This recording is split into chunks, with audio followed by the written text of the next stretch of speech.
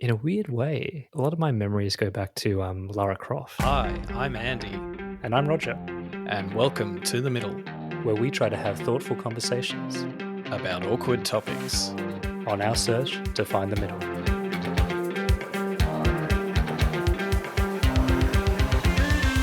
That's fatphobic. I don't build wall. I just own halfway to Siwa. A few moments ago, Buckingham Palace announced the death of Her Majesty Queen Elizabeth II. I act as if God exists. Put your masks on. How dare you!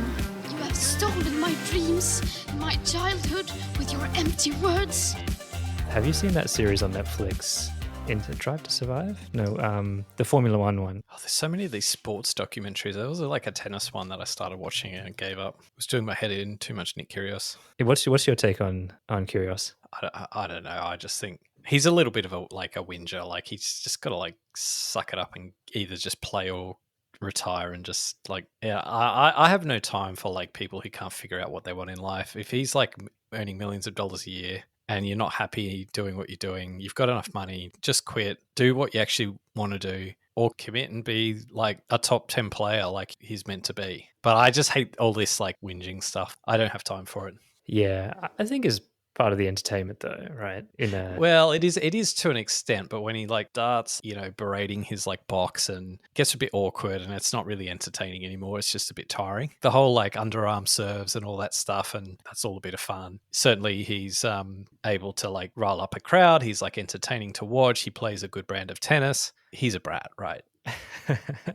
He's a bit of a bro, a bit of a thug kind of thing. In terms of personality, I don't mean that as, the real sense. But I think there's an entertainment value, right? And even when he is berating his box and going off and yelling, I think that's part of the mental warfare of the game as well. That throws his opponents off, right? It's a new thing for them to deal with, his volatile nature. But as soon as you see him in that mindset, that's usually when he's going to lose a match. So I don't think it's a net benefit to him. I think it's just, if anything, he loses concentration, and at the end of the day, he actually doesn't like losing. And in some ways that's good because it gives him the competitive edge, but he's such a hard loser.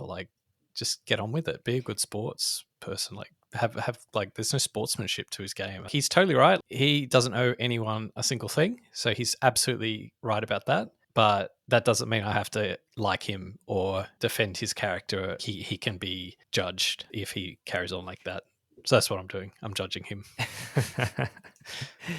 Yeah, I kind of have a love-hate relationship with him. I'm not one of those people who is very rigid in terms of what a sportsman or sports icon needs to be as a role model. And I do think that a lot of his stuff is calculated, but I think it's typical for that competitive mindset where there are some people who, because you feel it in your life sometimes, you hate losing and you're scared of losing. So sometimes you set yourself up to lose before you really lose to soften the blow. And that's kind of the sports psychology behind it, right? That's why some of that stuff happens. It's like a self-sabotaging behavior, but really to soften the blow when you ultimately do lose or when things don't go your way. And you see it with injuries, you see it with tanking matches and not trying. It's a coping mechanism mentally. It is interesting, the Australian approach to sporting identities. If I think about the equivalent top player from, say, 20, 30 or 25 years ago, like Pat Rafter, right? He had cultivated this sort of brand of being the nicest guy on the tour, and then you had the cricketers, the Australian cricket team, they'd all built this brand of they're just good blokes, and meanwhile, the worst sledges you'll ever see in your life, right? But they really did invest a lot of money. They really did invest a lot of effort into building their brand as nice guys or good blokes or whatever. It's still there. Ash Barty, I think, is a perfect example on the other side, in terms of female athletes. That all-round good, everyone loves, unoffensive to everyone. And then you have now this new brand of kind of athletes who, do have a little bit more flair and they're a little bit more character and they do go against the grain. They're rebellious and they're not always really well received. And it's funny because Leighton Hewitt was exactly the same when he emerged. He was considered the brat. Yeah. And then he morphed into that role eventually by the end of his career. The elder statesman. Yeah, that's what I mean. I don't buy into that. I think that's something that's placed on Australian athletes, that they need to behave a certain way, uphold these values of mateship and good sportsman and be a role model. I don't think that's always the case, right? Yeah, but you don't get the Weet-Bix sponsorship if you're not if you're not seen as a good bloke. Mate, everyone's on the carnivore diet now. No one eats Wheat Bix. Breakfast is not the most important meal a day. People have caught on. That's just pure advertising.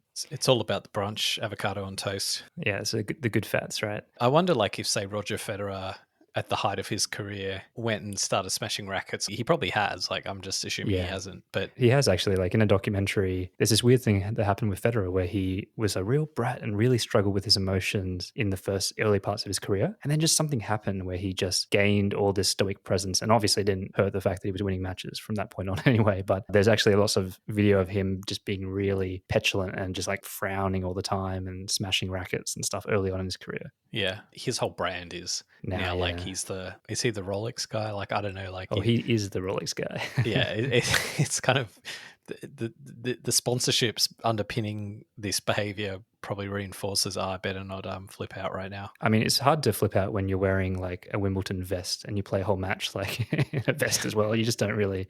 It doesn't have quite the same kind of appeal. It's like speeding in a Hyundai Getz, right? It's not gonna give you any thrills. Yeah, and actually, like the flip side is like someone like Djokovic, who by at least the metrics like available to objectively assess the question, like will probably by the end of his career be able to lay claim to being the greatest player ever. But yeah, not so likable. He's got the worst of both worlds. You know, he doesn't smash the rackets, but people still think of him as a brat. So just like smash the racket, just go for it. You're gonna get the pain anyway. Might as well just act a fool, right? Yeah. So Andy, at the end of the last episode with your boy, he came in and he gave you a right serving. Have you recovered physically from calling him Geff? Yeah, well, you know, it's funny because I let him listen to the recording, and it amazes me just like how much attention to detail he has in terms of being able to remember very specific things he said. Because, you know, as I was editing it, I did take out like, you know, a few bits and pieces, not anything of great materiality, but you know, he turns out, oh, why did you take that thing out? And I was like, how do you even remember that you said that?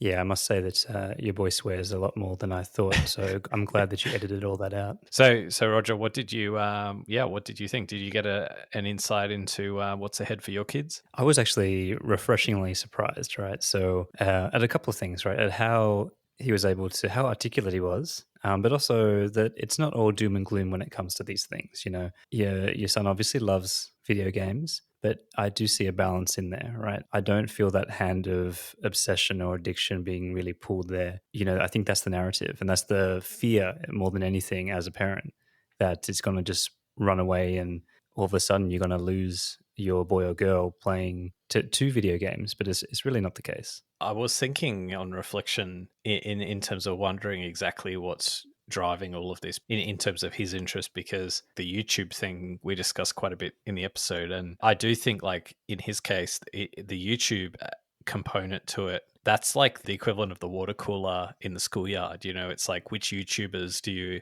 you watch and follow? And you know, I think the ones that are like cool in the schoolyard, I mean, he's 10, so like we're talking, you know, primary school, they are kind of YouTubers that play video games. So I think like in terms of getting into like a subculture of something, that's where a lot of the interest comes from, rather than necessarily the video games themselves. The classic example of this is like, have you heard of that drink called Prime? Yes, I have, unfortunately, and I'm quite big into the UFC, and I think that they have struck a deal with the UFC, so they're kind of sponsoring that, and I'm seeing it everywhere now. So Prime is this like classic example of YouTube culture, like permeating the schoolyard. So my son, he comes to me and he's like, oh, we need to go to this shop. We need to go to that shop. They've got Prime. Oh, we need to get it. I was like, oh, okay, do we really need to get it? And like they're selling it for like $20, like a bottle. No, really? Like it's just nuts. And like we bought some for $10, so that was like a slightly more affordable. But like this, they just like imported or whatever, and it tastes like shit. I had a taste of it. It's the most ordinary drink. Like it really is. Like it tastes like medicine, to be honest. And apparently it's like really high caffeine content. So for those that are wondering what this is, I suppose famous YouTuber Logan Paul has developed this drink, right? And has marketed it to using all the reach that he's afforded by his online channels, right? And that's the part that I really dislike, when I can see that really overt hand of marketing influencing kids, right? Like I really, well, it influences all of us, but especially kids are vulnerable, right? And I remember in the episode I asked your son, you know, these YouTubers and these famous YouTubers, do you want to be one of them, right? Like, do you? And he said yes, right? Because why wouldn't you? They, like you said, they are the rock stars of the culture. And that kind of worries me too, because you start to realize that it's a very idealistic, and they look up to them. And that's why I think that they have all this power, right? It's a hard thing sometimes to balance, right? The other thing that really gets me too is that I thought we were done with ads, man. And YouTube, it's just, we've all had this experience of trying to like look up a YouTube tutorial or something, and there's just a million ads in there, and I'm like, it's just the same thing. It's back to TV. You got to go YouTube Premium. Once you go YouTube Premium, you'll never go back. And I promise that wasn't a paid ad. What is it? The Ryan's Toy Review kid, like he earns like $30 million a year or whatever, unboxing toys, and Yeah. you know, like it's and like the Dude Perfect. It's serious money now. It's not just amateur hour. Like it's proper businesses, and it's a whole industry that anyone should scoff at. Okay. So you know what, Andy, when we were talking to Teacher Will in that episode, it really started to, I think I was speaking about it before, it really launched this avalanche of memories from our schooling. And, you know, our listeners probably know we went to the same high school. And so we have that shared base and everything. So we thought today we'd title an episode called Middle School, and we'd talk a little bit about that period of our lives and moving into university and higher education. It's such a, important part of finding out who you are. And actually, like, a lot of the lessons you learn there, really, I can understand why so many people say that's when you become a man or a woman, or you kind of start to lay foundations of like who you will become. So to kick it off, I really wanted to ask you, when you look back at that period, how did you kind of find your place, right? Like, it's a bit of a jungle at school. Everyone knows that. But how did you find your way, find your people, and kind of cultivate yourself in that kind of environment? Yeah, so we don't have middle school in Australia, do we? High school. High school, yeah, not middle school. Just wanted to clarify for our non-Australian listeners. Thanks for ruining the name. Attending high school in particular, I mean, that's really when you kind of emerge like a stronger sense of self. Like, I think towards maybe a little bit like in earlier years in school, you probably, have a sense of like who you are and what you're not. But I think that accelerates in high school because you get exposed to like a broader suite of kids. Like, everyone's finding their own interests and their own sense of identity and self and who they are. And I think like the sense of identity, I think, comes from who are your people, right? Like when you're in the schoolyard, like I remember, coming from primary school, which we're talking like 12 years old and under, into high school, like the predominant friendship group that you start with are the kids you knew from primary school, right? Because at least in my case, like I wanted to go to the high school that my friends were going to. And then very quickly, like it's actually surprisingly like how quick it is for you to kind of ditch your primary school friends and like find new people who kind of better meet your needs and you can relate to. Yeah, upgraded pretty quick. So I actually like did my first like week of high school at a completely different school. Oh, really? I didn't know that. Yeah, no. So I actually wanted to go to the school that we ended up going to, but I was out of area, so I didn't actually get into it. And it was only like 1 week into like year 7, which is the first year of high school, that I got a call saying, we can actually have you now, like, because probably some kids didn't show up or whatever. Oh, so you were a bench warmer. Yeah, so I got in. Like, I would have had a very different life, potentially if well, we wouldn't be doing this, would we? Kind of sliding doors moment. School's such a strange thing too. Like, I think in some ways it does prepare you for life because it is a little micro population, right? You have to find your way through. And there's all these kind of arbitrary rules. Like, the bit that really gets me is there's always this urge to want to fit in. But after you've kind of met that, you need to find something to make you special and stand out. So there's like this twin thing of like trying to fit into the group, but then also be special and like find what makes you special. And some people, will try to use sport. Some people, by music and the things you're interested in, fashion, all sorts of things, right? To try to stand out once you're in. Like, did you have that experience of finding your thing once you found some friends? So you just constantly, like, you're all changing. Like, you're all these like 12-year-olds that turn into like teenagers and then almost adults, right? Almost by the end. And so there's all this evolution that happens with the kids that are within the school. So you then find new friendship groups like all throughout. So I think just thinking through from start to finish, like, I could definitely rule out that I was not going to be like part of like the cool kid groups, right? I didn't know any kids in that kind of, it wasn't something that I aspired to, right? I never I never thought, oh, I really want to like get in with that group because they're the cool kids, right? So that just was never a thing for me and never an aspiration. So I was always genuinely looking for, who like has been friendly, who can I sit next to in class as a good person that you can talk to. And then that's the first thing. And then the second thing is like, you want to be friends with like the people who you've got common interests with. Like with music, to use that as an example, there's always, kind of, you can tell like which kids like which kind of bands or whatever. And that like rock music, that was the popular music back then. You get a group of friends who like the same kind of music as you. That's like an input. You're not necessarily hanging around the kids who are into like surfing. I was not like into surfing, not into sport. Yeah.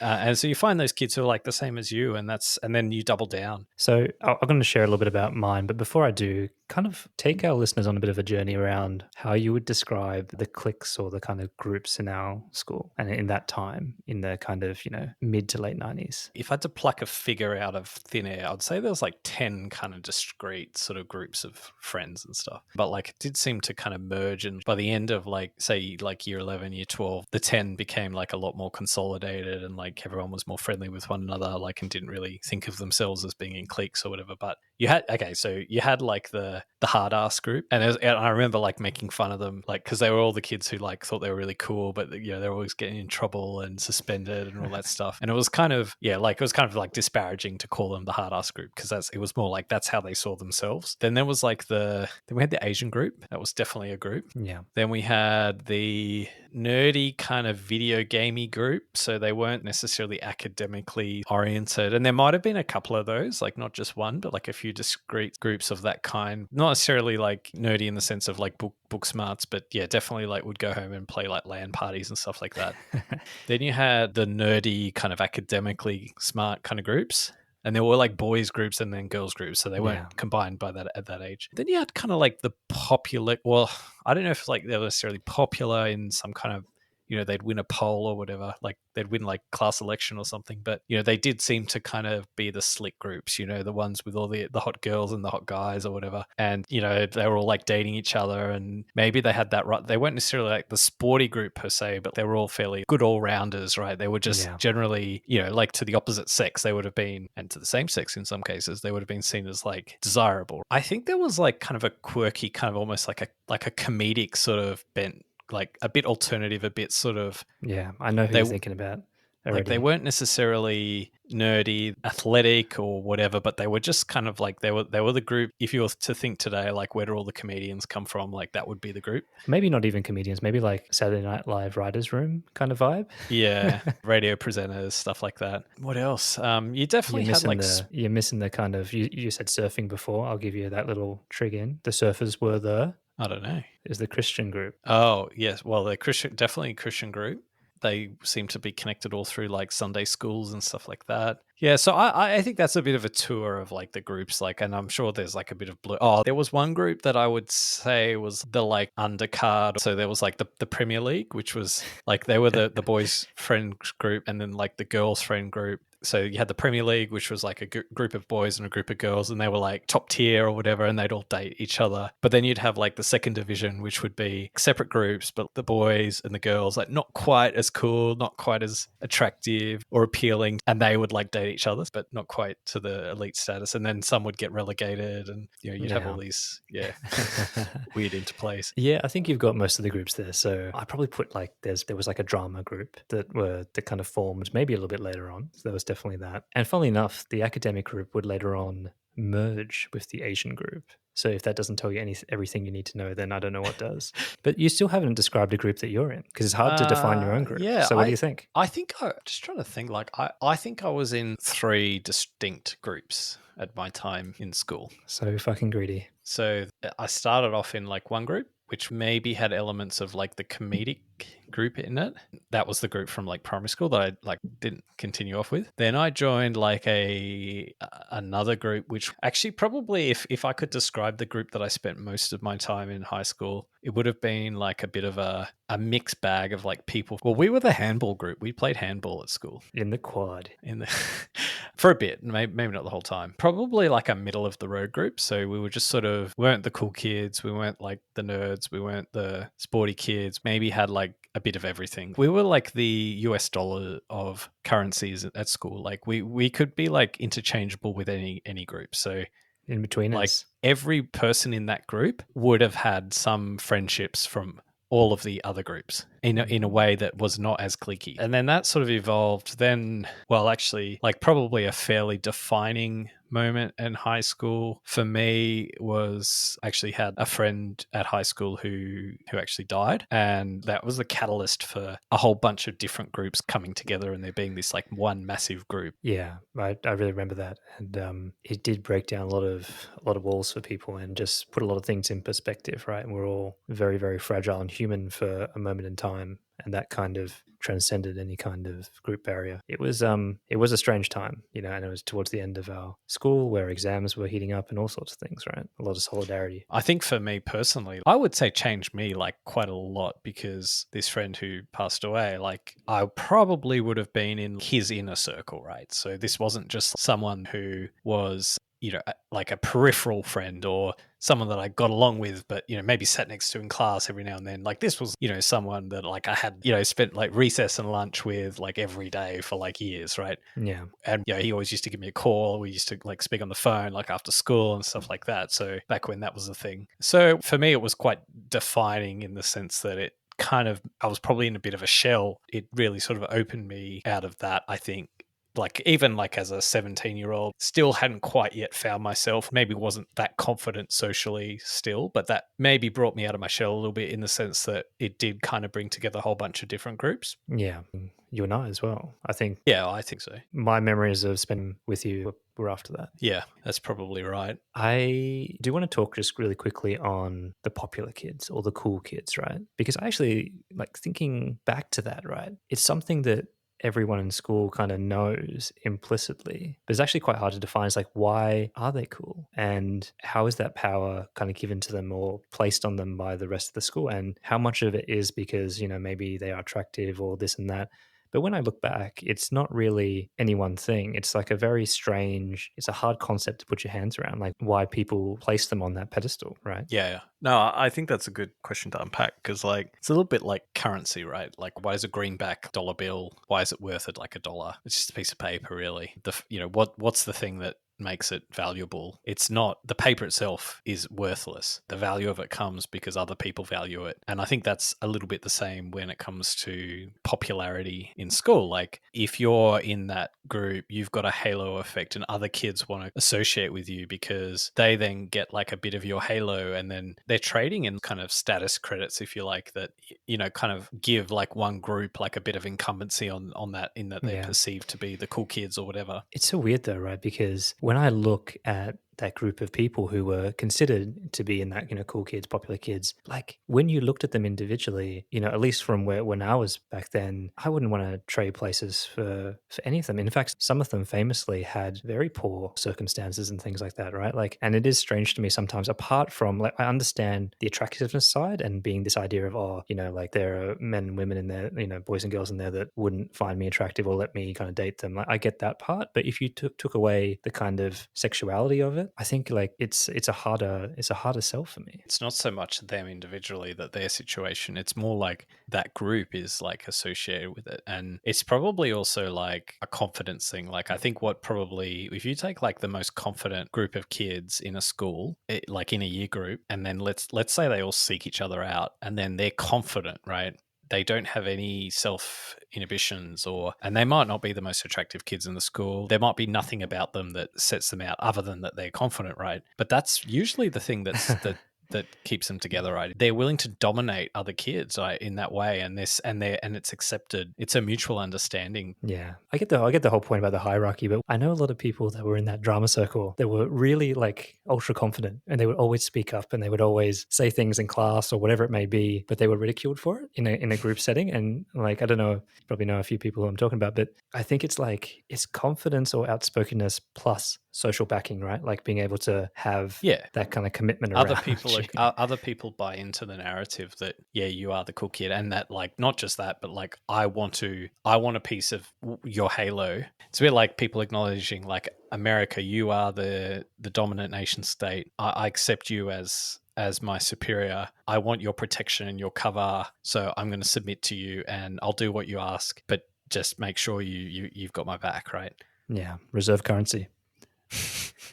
So maybe to move on then, we've talked about kind of different groups. I'm interested to hear your thoughts and maybe even experiences with bullying, because that's obviously a huge part of growing up and being in a school setting where it's like survival of the fittest or whatever. How did you experience it? Have you seen anything bad? Were you bullied? Were you the bully? Or were you not exposed to it? I was on a boundary moving from my primary or junior school into high school, right? So a lot of the people that I went to school with didn't join me. And I came into our school not knowing pretty much anyone. I had 3 people that I knew.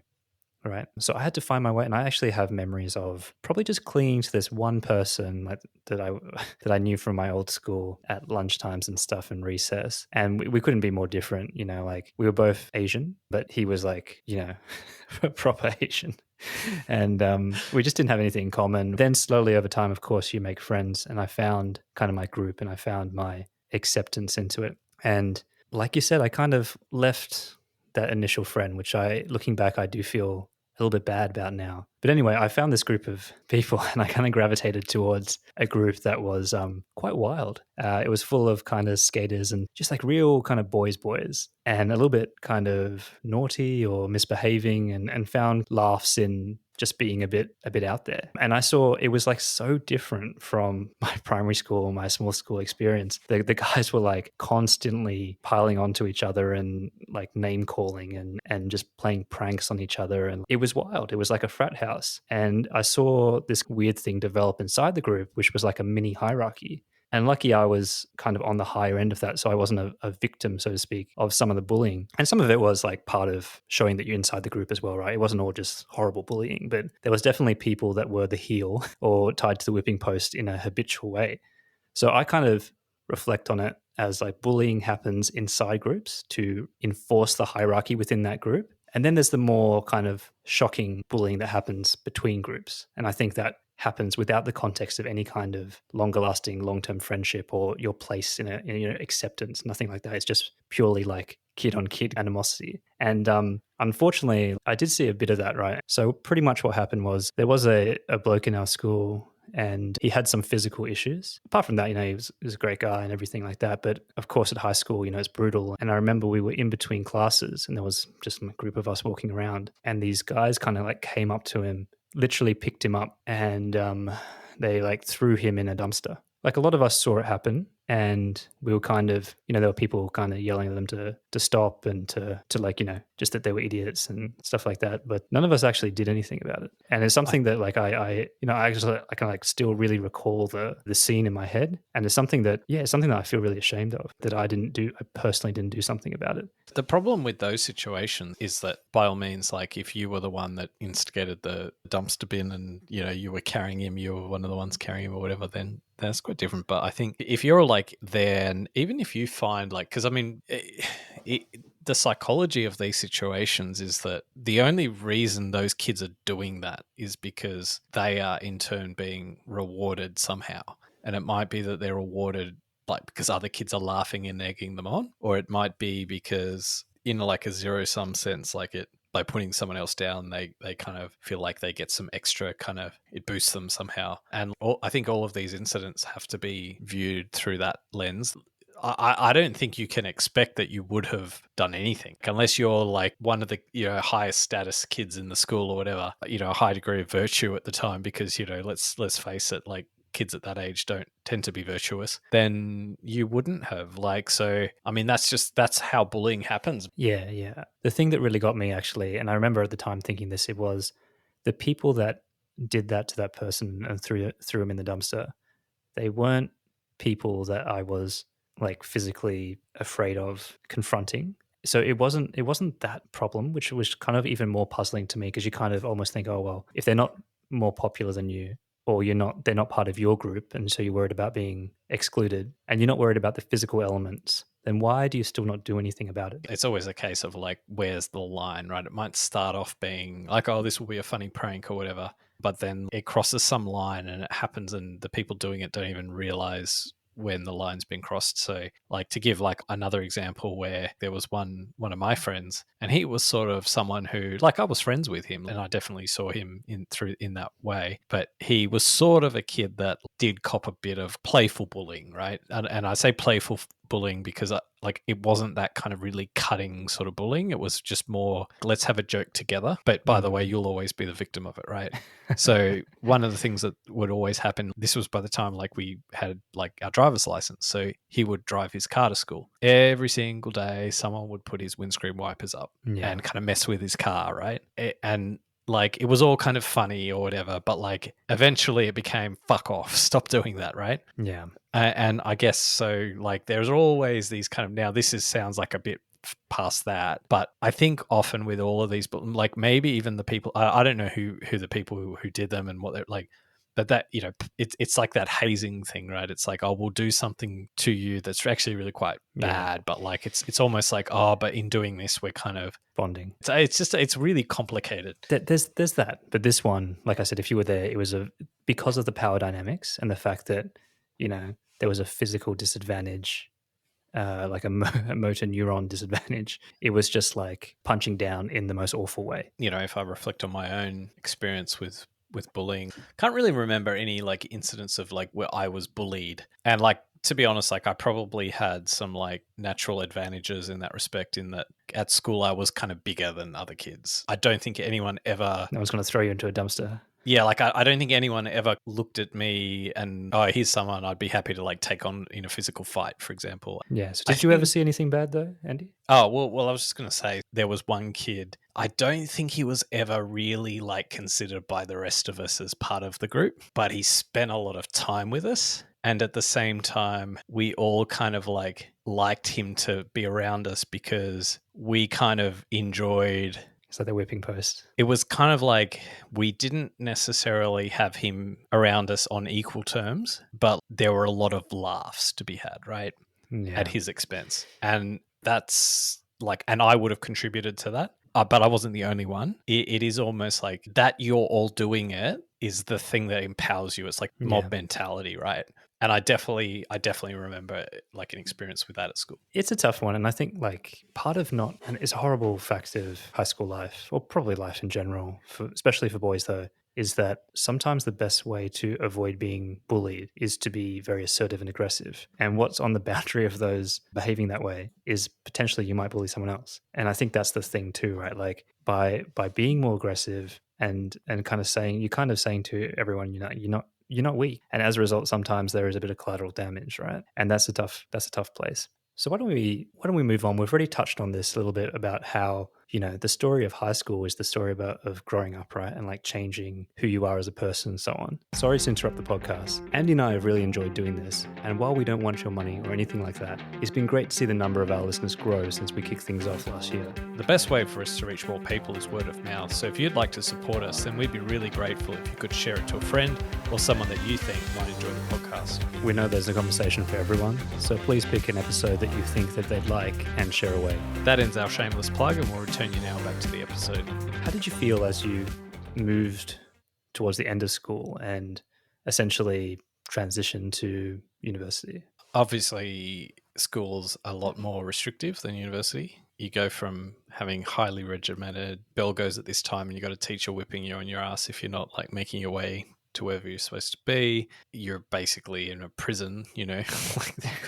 I mean, now they've got like big fences. I don't think they did at the time we were at school, but now they've got like basically these big high gates. I'm surprised they don't have barbed wire. It is it's probably as close a thing to prison as any of us free souls will ever experience, right? Which is like such an irony, because I do kind of have really fond memories of being in school, like, and especially in that, even that kind of environment where it is quite sort regimented. Yeah, like, I mean, I don't necessarily view it in a negative light.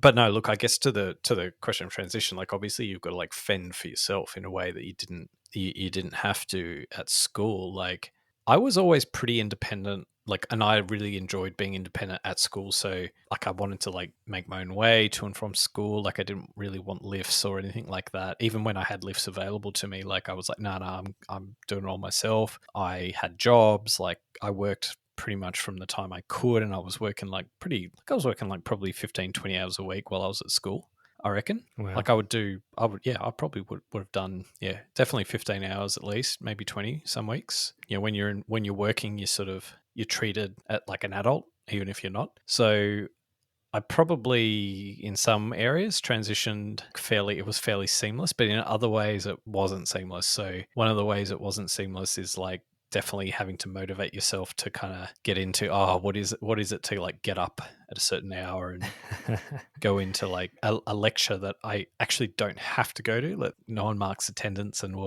there's no cost if I don't go. And there was definitely like a period where I don't know if you had this, but like I felt really burnt out. I think after school, like I felt like I'd done all the hard yards, I got like good grades or whatever, and then by the time I got to uni, I was sort of like, okay, I'm in uni now. I don't want to. I'm not like aiming for like the best, which is what I was when I was at school. Yeah, so a bit of some bits good, some bits not so good, but like of course you work it all out in the end, right? Yeah. No, I know what you mean. I think there's obviously less structure moving into university, right? And I think that's the main thing, that for the people who have learned to self-regulate, they're obviously going to have a much easier time at university than school, which is very regimented. I think it's like a freedom thing, right? Like man is condemned to be free. In a very small microcosm of that, it's like having to do things for yourself, especially when the system you've come from was really built for you, for kids in general, is a challenge. But it's not something that really was an issue for me. And in fact, I picked a course that was very regimented because it was a cooperative scholarship where you had to work at a corporate sponsor as well as do your uni. So I didn't have that normal experience with me. I do know what you mean about the burnout, though. I still think to this day, the pressure that you're under as a student taking their final exams is unlike pretty much any other major test that you'll have in your life. The pressure and also the rhetoric and the feeling of like, if I fuck this up, like that's it. There are no do-overs, right? And my opportunities in life, the way my parents will think of me, the people that, the lifestyle that I'll be able to afford for myself is all about my performance here, right? And I don't think there's many other places in your life that you're tested like that and given a direct ranking against your peers, Yeah. other than maybe competitive sport.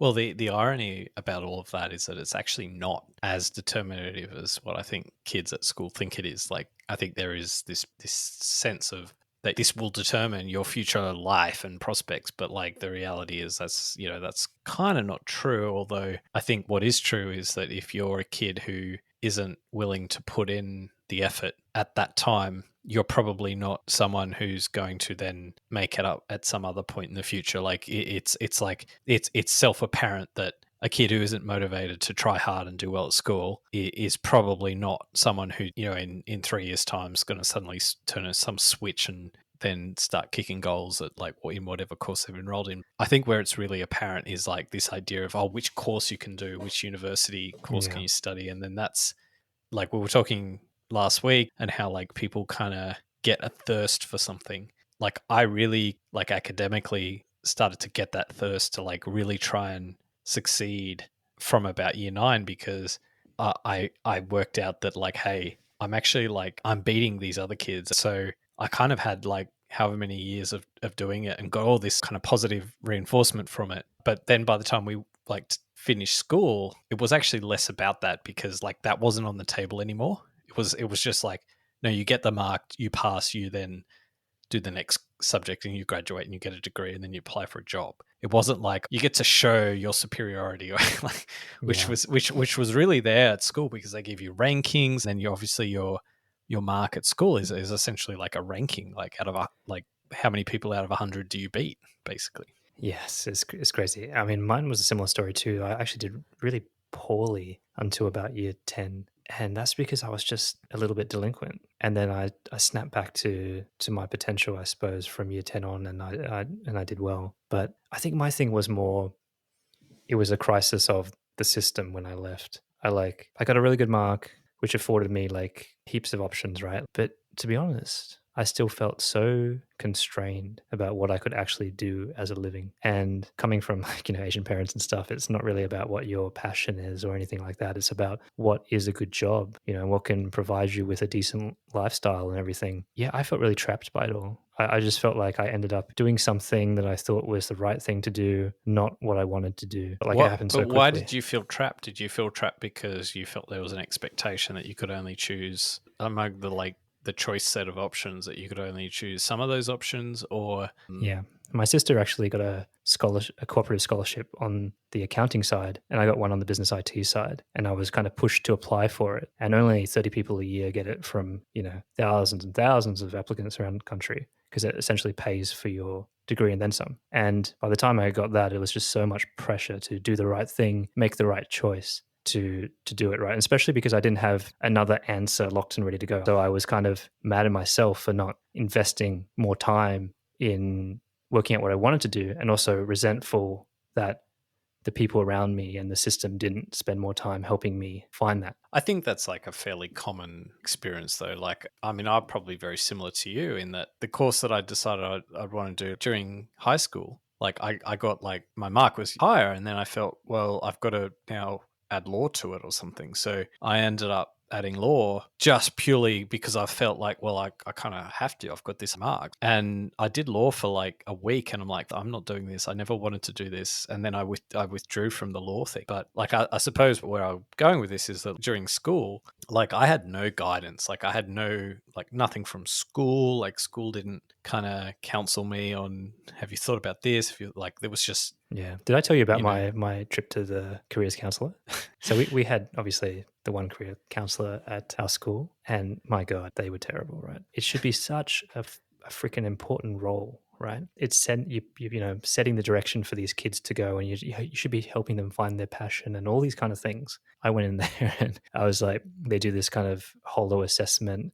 She looks at your grades and the subjects that you're in your final years of school. And she's like, okay, judging by the subjects you're enrolled in, the term for what you're going to be when you leave school is a suit. And I'm like, excuse me? And she's like, you'll be suited for white collar jobs. And then I was asking her obviously about like scholarships and stuff and what kind of programs there were. And she's like, oh, I know that, some universities offer scholarships. And then she gave me like a phone number to call each of the offices. And that's it. And I left. And it's like just so freaking horrible that like that's what it is, right? I mean, in hindsight, especially very, very envious of one of our mutual friends who I think probably had a lot of dinner time discussions within his family about what he was going to do. My parents are of a generation where they got their career paths, their jobs. It was a different era where going to university wasn't necessarily the thing. I mean, you go to university if you want to become an academic, but not if you want a job. So my parents probably weren't equipped themselves to have those kind of conversations with me. They could only advise from their own experiences in life. So can't even imagine what their career counselor would have been like.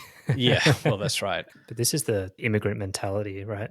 It's like, stop worrying about your airy-fairy Western passions and start thinking about like whether this job has good income, and like that's what you need to worry about. Like, don't get lost in your head. Very few people have a career and a passion. Most of us just have jobs, and that's what you should kind of aspire to and feel comfortable and lead a good life. I'd love that. I'd love to get that advice. Like, you want to like earn a good income. This is what you need to do. That's what like I was like, like you wanted that. That's not the pep talk you want. No, that totally is.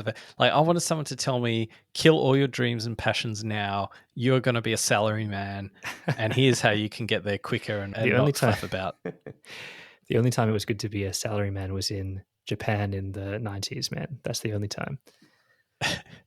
But you know what I mean, right? I'm envious of that friend too, by the way, because I think the guidance is what you crave, right? And I'm also really jealous of people who went on a gap year, right? And regardless of whatever they did, go to like, the Lowenbrow tent in Oktoberfest or whatever, I think you just need a bit of time, right? Like, it happens, the transition happens so quick from getting your mark to enrolling into university. It's in a blink of an eye, right? And yes, you can pull out and you can change, but most people don't. Yeah, I always remember, like, especially in that period after school finished, like, I think it was probably the longest break you ever have because it's like school finishes earlier because you've finished your exams or whatever, and yet you haven't started uni. And I always remember our friendship group, we were always sort of free and doing stuff, and I remember you were working like in your new Corporate job or job. whatever. Oh my And it God. was like, oh fuck, man, why would you do that to yourself? Yeah, I know. Don't. Yeah, I mean, I don't want to get into that. So let's now talk about the other big elephant in the room when you're growing up is, well, obviously you go through puberty and you start to be more interested in the opposite sex. Well, at least some of us. It's so freaking hard these days, isn't it? You just used to be able to say, "Oh, you got into girls." You can't even do that anymore. Tell me about your experience with, and I know that in your case, with girls. Well, I've got a surprise for you. No, sorry. I've been Well, really you can't rule that out now either. I've been really enjoying this conversation, and I think I've been looking forward to this part too because this is like a big part of high school, right? It's about becoming a man and like the attraction and working out the opposite sex. Talking about that, do you remember sex education at high school? Do you remember the video that we had to watch with the cartoons explaining like the changes to your body and all that kind of stuff? I definitely remember the banana. There was this horrible animation that they made us watch, and I just remember all I remember was like there's this cartoon boy and he's like jumping on like a diving board, and as he's like jumping, like they make that kind of door stopper sound and he gets a boner. And it's just about all these changes that you go through. Yeah, look, when I think about my experience with relationships and the opposite sex in high school, what comes to mind is obviously I had a pretty long-term relationship from midway through high school all the way to probably just the end of high school with the same girl. And it just like was so formative. It taught me so many things about myself, right? And like this idea of kind of, loving and caring for someone and them caring for you back, and this kind of like the way reciprocation works. And it teaches you these lessons about codependency and how much you open yourself up to be vulnerable and all these kind of things. And just like this kind of real acceptance that comes from being in a relationship when you're in high school. Like high school is such a brutal place when you're a kid, right? It's so hard to like care about things and to show weakness and vulnerability. But when you're in a relationship and you have that reciprocated, it's like the greatest feeling in the world. It's like all the validation you ever need, right? Like the first time that you start to like feel accepted and desired. I don't know, what was your kind of experience with it? I didn't have any kind of relationships at school, so I never really sought it, like I don't think. And the groups that I was in also weren't kind of groups where like all the boys had girlfriends, right? Like it was all like an equilibrium. So I was just kind of like, I was a little bit like in my shell and wasn't really chasing. I do remember like one of my memories of like year 7 though is like I said earlier, like I was probably one of the taller boys in year 7. Yeah. And I remember kind of in year 7, just starting in year 7, where like, and I probably didn't even know what to do with it, but like, it did seem like there was some girls wanting to talk to me or something like that. Especially like girls at that age, they're quite kind of boy crazy and stuff like that. Can you tell me, do you have a memory of the first time you're like, oh, like I find girls hot? Do you remember like that when that first kind of like teenage horniness started for you? Oh, Pamela Anderson, Baywatch.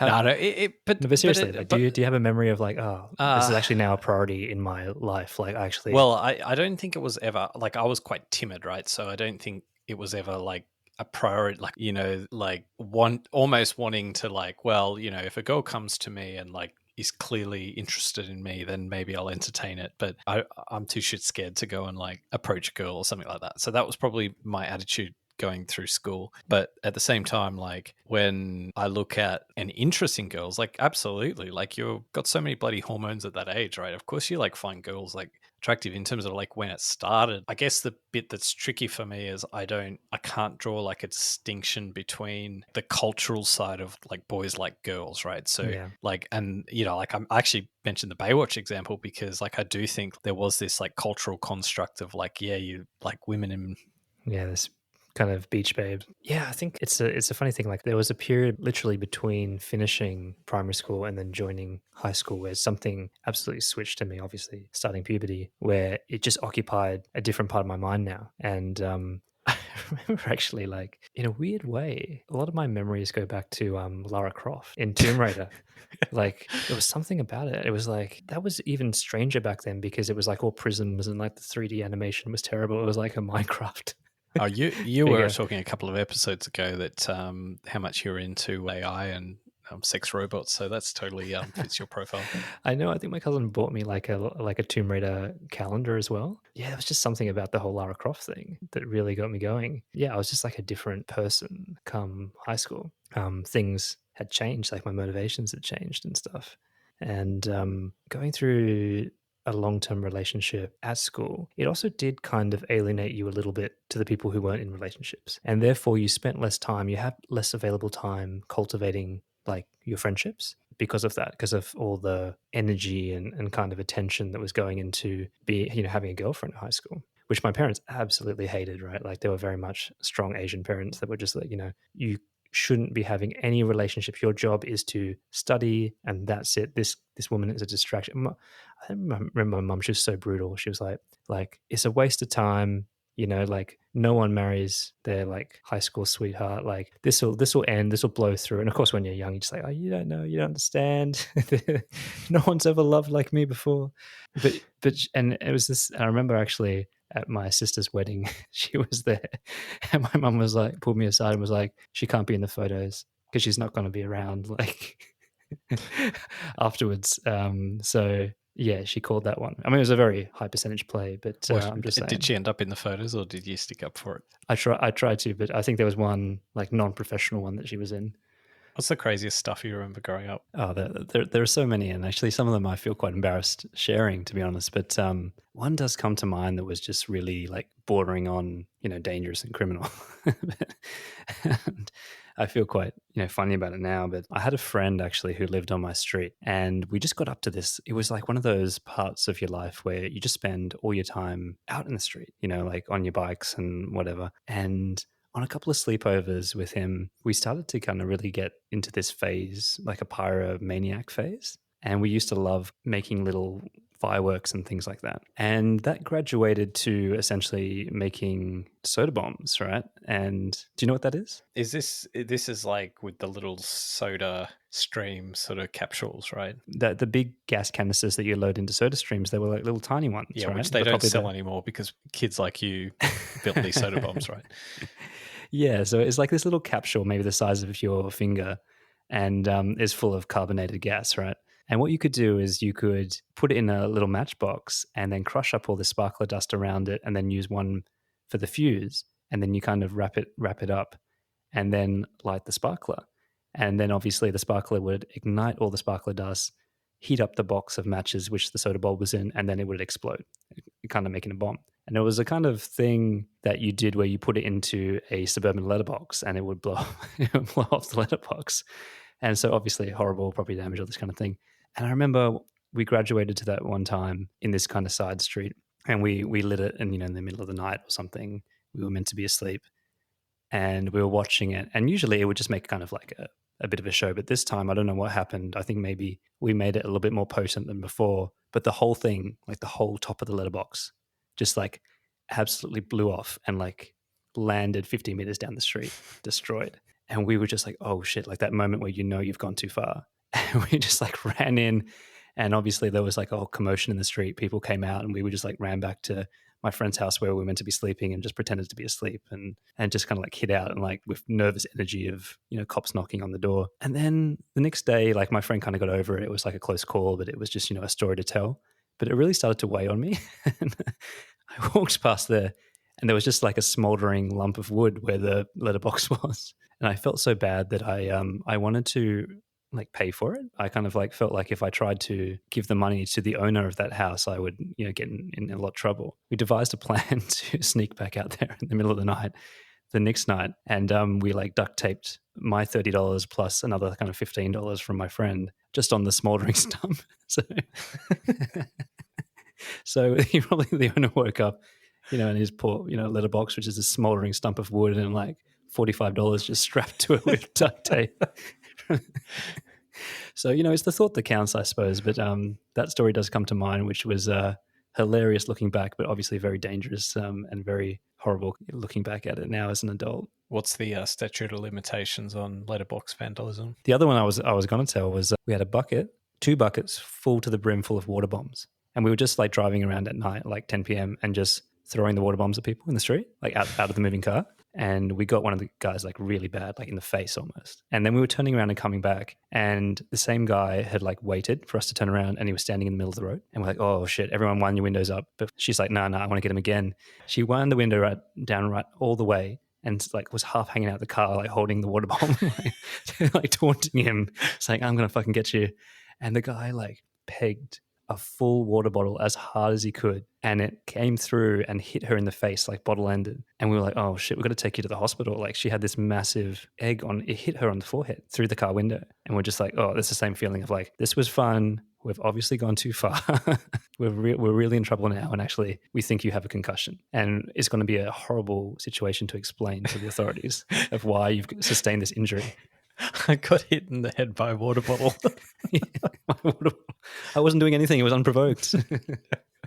So given everything we've talked about today and experiences at high school, like, do you ever look back and think, what you'd like to do differently? If I could get into a time machine and advise my younger self, I think the first thing is like I would really like, because I wasn't very confident socially, I think, as a younger kid. So I think I was probably worried a lot about what other people might think. So then I would withdraw from higher risk situations where I might kind of lose a bit of face or whatever. So I would probably give myself a bit of a kick up the bum and say, hey, just like, don't do that. Just go and have a crack and have a go. Like, don't assume like, what's the worst that could happen? And maybe embolden myself a bit more to fail, to try things even if I would fail, and not to care about so much about what other people might think or say. So I think that would be probably the number one thing. How about yourself? Yeah, I think maybe I've already hinted at it. I think I would spend a bit more time just by myself and outside of a relationship. So I think that's number one for some of the reasons that I mentioned. Is a time that I think you really should be trying to build your identity in yourself. And that includes like how you treat your friends and how you prioritize them. And I think that's very hard to do when you are, that age and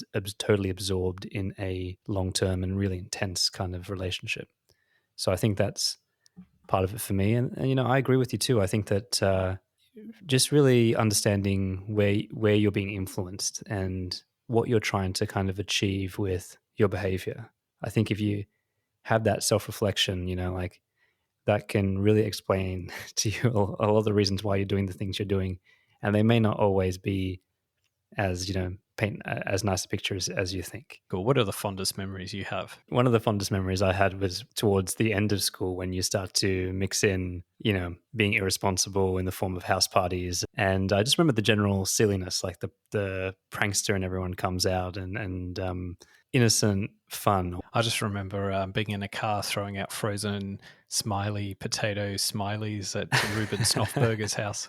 You know what, Andy? I actually cooked those for my daughter the other weekend, and as I took them out of the packet, and I didn't know I had bought those. I thought I bought just like potato gems or something. Oh, potato gems, much better. Much better. And then these smileys came out, and it took me straight back to. And I tell you, after eating them, I'm not surprised that we threw them out of the car.